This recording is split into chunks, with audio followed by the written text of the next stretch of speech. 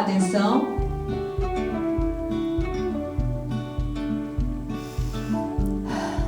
Três, dois, no ar.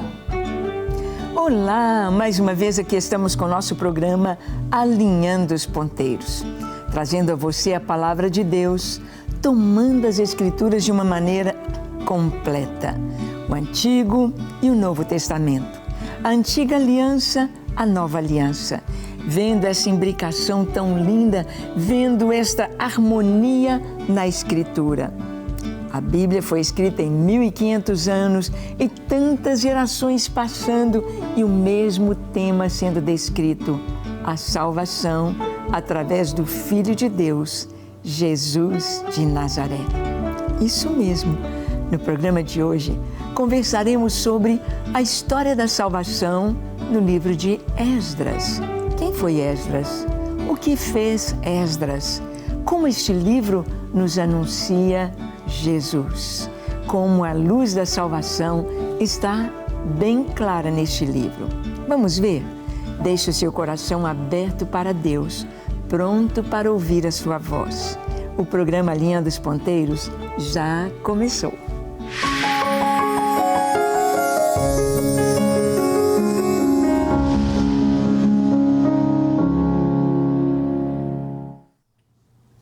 Muito bem, nós sabemos que a palavra de Deus é um todo.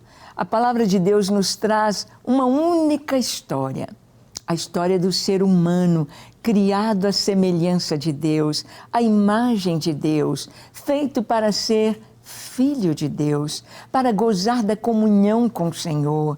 Lá no Éden, todos os dias, na viração da tarde, o próprio Deus se punha ao lado de Adão, o primeiro homem criado, para conversar, para ensinar, para trazer a ele como ser mesmo filho de Deus.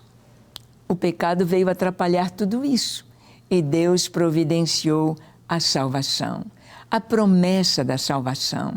Deus levanta um povo, ali em Gênesis capítulo 12, o Senhor aparece a Abraão e promete a ele uma descendência, nações que viriam dele. Deus promete a ele uma terra onde ele pisasse ali seria da sua descendência e da descendência de Abraão. O Senhor promete o Salvador para toda a humanidade. E Deus estabelece um ritual de culto. Deus ensina o seu povo através de Moisés. O Senhor ensina leis justas, tão justas que o mundo inteiro da atualidade segue as leis de Moisés, os 10 mandamentos. Infelizmente, nós temos visto um afastamento das Escrituras e nações experimentando caos na sociedade por se afastarem das leis que o Senhor revelou a Moisés, do melhor para o ser humano. Quando não obedecemos à vontade de Deus, mergulhamos em caos. Mas nós vamos ver que esta nação de Israel recebe a lei, recebe o culto e quando se estabelecem na terra de Canaã, Deus estabelece o culto em Jerusalém. Um templo foi levantado ali por Salomão, o terceiro rei de Israel. Depois a Babilônia entra, sitia e toma Jerusalém, queima a cidade, leva o rei, leva as pessoas para a Babilônia e destrói o templo. Ficam 70 anos no cativeiro e retornam para reconstruir o templo. E é nesse momento que foi escrito o livro de Esdras. Vamos ver a edificação do templo após o cativeiro da Babilônia. Olha o que diz Esdras capítulo 1, versículo 5. Diz assim: Então se levantaram os cabeças da família de Judá e de Benjamim, e os sacerdotes e os levitas, com todos aqueles cujo espírito Deus despertou, para subirem a edificar a casa do Senhor, a qual está em Jerusalém. Bem, logo aqui no começo do livro, está escrito que Deus levantou os principais de Judá e Benjamim, que eram do reino do sul, antes de irem para a Babilônia. E levantou os sacerdotes e os levitas. Por que fala Judá e Benjamim? Porque as 10 tribos do norte foram levadas para a Síria, não Síria, a Síria, cuja capital é Nínive, era Nínive. Então foram levados para lá e nunca mais voltaram. E agora nós temos então Judá e Benjamim, as 2 tribos do reino de Judá, foram para a Babilônia e retornam. Retornam para reconstruir Jerusalém. E Deus os despertou para edificar o templo na volta da Babilônia. E eles começam este trabalho, e eles realizam este trabalho, e Deus está com eles. Nós sabemos que os planos de Deus jamais falham. Quando Deus nos chama, se Deus chamou você para fazer algo, faça. Pois no plano de Deus, na estratégia de Deus, Ele conta com você. E nós vamos ver que o templo foi reconstruído. E vamos ver agora no Novo Testamento, Jesus falando que Ele é o templo, o seu corpo. Olha o que está em João capítulo 2, 19 a 22. Lemos assim. Jesus lhes respondeu, destruí este santuário e em 3 dias o reconstruirei. Replicaram os judeus, em 46 anos foi edificado este santuário e tu em 3 dias o levantarás? Ele, porém, se referia ao santuário do seu corpo. Quando, pois, Jesus ressuscitou dentre os mortos, lembraram-se os seus discípulos de que ele dissera isto e creram na Escritura e na palavra de Jesus. Bem, aqui Jesus está dizendo aos seus discípulos, quando eles estão tão admirados do templo e também quando os judeus interpelam Jesus sobre a sua autoridade ali no templo, com a zorrague limpando o templo e tirando o comércio de dentro do templo, é que Jesus disse essas palavras. Ele disse, olha, destruí esse santuário e em 3 dias eu reconstruirei, reedificarei. Mas Jesus estava falando não daquele templo de pedras que Esdras levantou e depois Herodes, o rei Herodes, um edomita que reinava na época do Império Romano, reinava sobre Israel, sobre Jerusalém. Herodes ampliou, embelezando com uma reforma que durou 46 anos. Não, Jesus não estava dizendo daquele templo, porque ele foi destruído pelos romanos e até hoje não foi novamente levantado. Até hoje. 2000 anos se passaram. Mas Jesus estava falando do templo do seu corpo. Porque no Novo Testamento nós vamos ver que Deus está falando de habitar com o homem e também de habitar no homem. O Senhor habita em nós pelo seu Espírito Santo. O nosso corpo é templo do Espírito Santo. E isso é tão lindo. Jesus, através da sua morte e da sua ressurreição, Jesus estava dizendo, destruí esse santuário e em 3 dias eu o levantarei novamente. Nós vamos voltar lá ao livro de Esdras e vamos ver o louvor no lançamento dos alicerces do templo. Então, quando foram reconstruir o templo, houve louvor, alegria. Vamos ver. Esdras, capítulo 3, 10 e 11. Diz assim. Quando os edificadores lançaram os alicerces do templo do Senhor, apresentaram-se os sacerdotes paramentados com trombetas e os levitas, filhos de Asaf, com símbolos, para louvarem o Senhor, segundo as determinações de Davi, rei de Israel. Cantavam alternadamente, louvando e rendendo graças ao Senhor com estas palavras. Ele é bom, porque a sua misericórdia dura para sempre sobre Israel. As pessoas que vieram para reedificar o templo, claro, iriam começar pelos alicerces do templo. Toda construção começa pelo alicerce. Qual é o alicerce do templo espiritual? Jesus. Jesus é o alicerce. Jesus é a primícia, Jesus é o primeiro a ressuscitar dentre os mortos pelo seu próprio poder.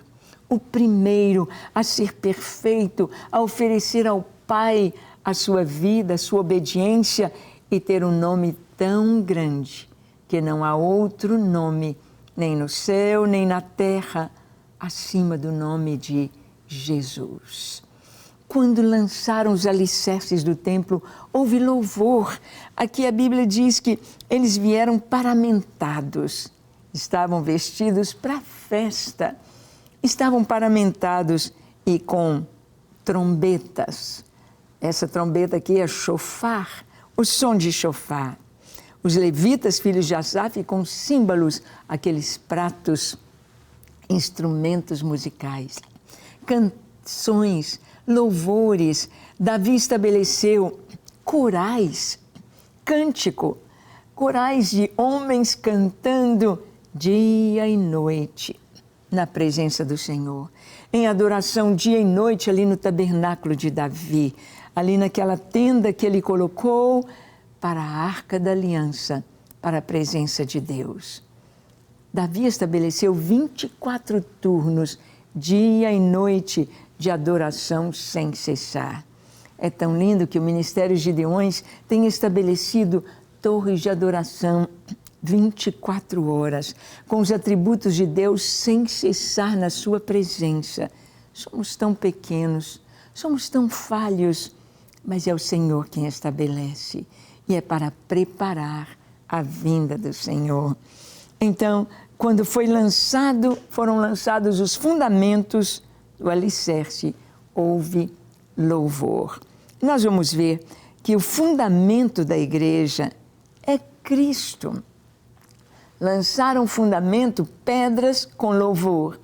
Mas aqui no Novo Testamento, a Bíblia nos fala do fundamento da igreja, que é Cristo. Olha o que está escrito em 1 Coríntios, capítulo 3, dos versículos 10 ao 11. Diz assim: segundo a graça que me foi dada, lancei o fundamento como prudente construtor, e outro edifica sobre ele. Porém, cada um veja como edifica, porque ninguém pode lançar outro fundamento além do que foi posto, o qual é Jesus Cristo. Cristo é o fundamento. Cristo é a base. Certa ocasião, Jesus subiu com 3 discípulos, Pedro, Tiago e João, a um alto monte. Possivelmente, o Monte Hermon. E Jesus se transfigurou diante deles. Ou seja, Jesus deixou aparecer, extravasar toda a glória que estava dentro dele. A luz. O seu rosto brilhou como o sol. As suas vestes se tornaram tão brancas como nenhum lavandeiro da terra poderia branquejar. A luz fluía dos poros de Jesus. A sua glória apareceu aos discípulos. E junto dele, Moisés e Elias conversavam com Jesus. Os discípulos estavam maravilhados. Ouviram a voz do Pai numa nuvem luminosa que dizia: este é o meu filho amado, a ele ouvi. E quando desceram daquele monte, eles perguntaram: Senhor, Jesus disse, não contem a visão ainda. Vai chegar a hora, depois que tudo acontecer, depois da morte e a ressurreição do Senhor, eles contaram, divulgaram esta visão maravilhosa, a glória do Senhor. Mas assim que desceram do monte, Jesus pergunta para os discípulos: quem dizem os homens que eu sou? Uns dizem que tu és Jeremias, és Elias, és um dos profetas, és João Batista que ressuscitou. E Jesus perguntou: e vocês? Quem dizem que eu sou? Pedro respondeu: tu és o Cristo, o Filho do Deus vivo. Jesus disse: Simão Barjonas, você é bem-aventurado, porque não foi carne nem sangue quem te revelaram, mas foi o meu próprio Pai que está nos céus. Pedro disse, tu és o Cristo. E Jesus disse para Pedro, tu és Pedro, e sobre esta pedra edificarei a minha igreja, e as portas do inferno não prevalecerão contra ela. Essa pedra não era Pedro, sobre Pedro que Jesus ia constituir a igreja, porque logo em seguida Pedro pisa na bola, Pedro fala alguma coisa que Jesus diz, arreda de mim, Satanás. Mas não era Pedro, era sobre esta pedra, a pedra que Pedro trouxe a revelação, tu és o Cristo. É sobre esta pedra, revelação de quem é Jesus, que a igreja é edificada. Lá no livro de Esdras, eles lançaram o fundamento com muita alegria e cantavam, o Senhor é bom e a sua misericórdia dura para sempre. Era um louvor, era adoração. E a misericórdia de Deus, a fidelidade de Deus que duram para sempre. Isto são atributos ou qualificações do caráter de Deus. E a misericórdia de Deus, ela se revelou em Jesus. Ela se revela em Jesus para nós. Jesus é bom. A sua misericórdia foi revelada ali na cruz do Calvário. E então Jesus disse, esta pedra, a revelação de quem eu sou, é o fundamento da igreja. É sobre esta pedra que a igreja está edificada. Vamos ver também no livro de Esdras que os inimigos, eles tentam sempre impedir a construção da obra de Deus. Sempre que Deus nos chama para fazer alguma coisa, tem inimigos, tem gente trabalhando contra. Satanás vem com toda a fúria, com toda a sua força, a perseguição. Não é isso que estamos vendo hoje aqui no Brasil também? Coisa que nunca imaginávamos também. Perseguição, vem os inimigos. Olha o que está escrito em Esdras, capítulo 4, de 1 a 3. Lemos assim. Ouvindo os adversários de Judá e Benjamim, que os que voltaram do cativeiro edificavam o templo do Senhor, Deus de Israel, chegaram-se a Zorobabel e aos cabeças das famílias e lhes disseram, deixai-nos edificar convosco, porque como vós buscaremos o vosso Deus, como também já lhe sacrificamos desde os dias de Esaradom, rei da Assíria, que nos fez subir para aqui. Porém, Zorobabel, Jesua e os outros cabeças de famílias lhes responderam, nada tendes conosco na edificação da casa do nosso Deus.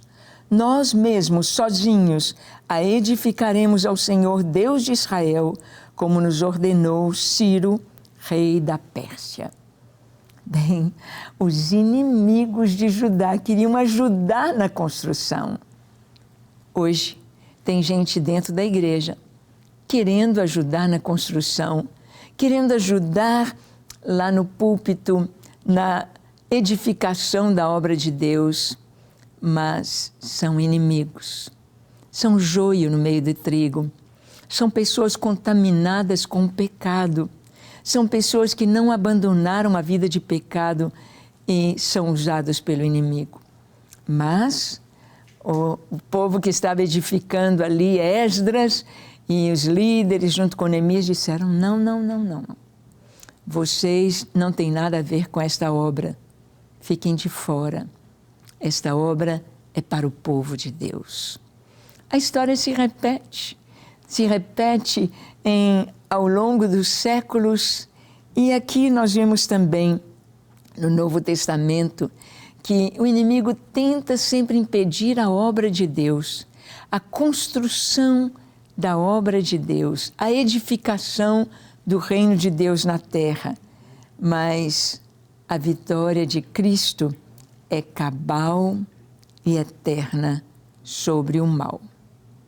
Olha o que está escrito em Mateus 16, versículo 18. O Senhor disse assim, também eu te digo que és Pedro, e sobre esta pedra edificarei a minha igreja, e as portas do inferno não prevalecerão contra ela. Ah, o Senhor está dizendo, não tem para o inimigo quanto à obra de Deus. Quando diz que as portas do inferno não prevalecerão contra a igreja, não significa que o inimigo vai tentar invadir a igreja e não vai conseguir. Isso é uma realidade. Mas está dizendo que a igreja, ela vai arrebentar as portas do inferno para saquear as almas, saquear as pessoas que estão presas pelo vício, pelo pecado, pelo engano, pela mentira, pela cegueira espiritual. A igreja irá até os confins da terra, levando esta mensagem gloriosa. As portas do inferno não prevalecerão. Não, o inimigo jamais terá vitória sobre o povo de Deus e sobre Jesus. Porque Jesus é sempre vitorioso. A gente sabe que no meio do povo de Deus tem joio no meio do trigo. Tem gente que tem cara de crente, roupa de crente, coreografia de crente, fala como crente, quer passar como crente, mas está faltando uma coisinha, ou tem uma coisinha errada com aquela pessoa, tem algo que não dá para engolir, não dá para... Você tem o discernimento disso? Não dá. Não dá para caminhar luz e trevas. Mas o joio está aí no meio do trigo. Mas o inimigo está aí tentando parecer que ele também é trigo, mas não é. Jesus disse, é mister que venham escândalos. É necessário que venham os escândalos. Para que escândalo? Para mostrar quem é.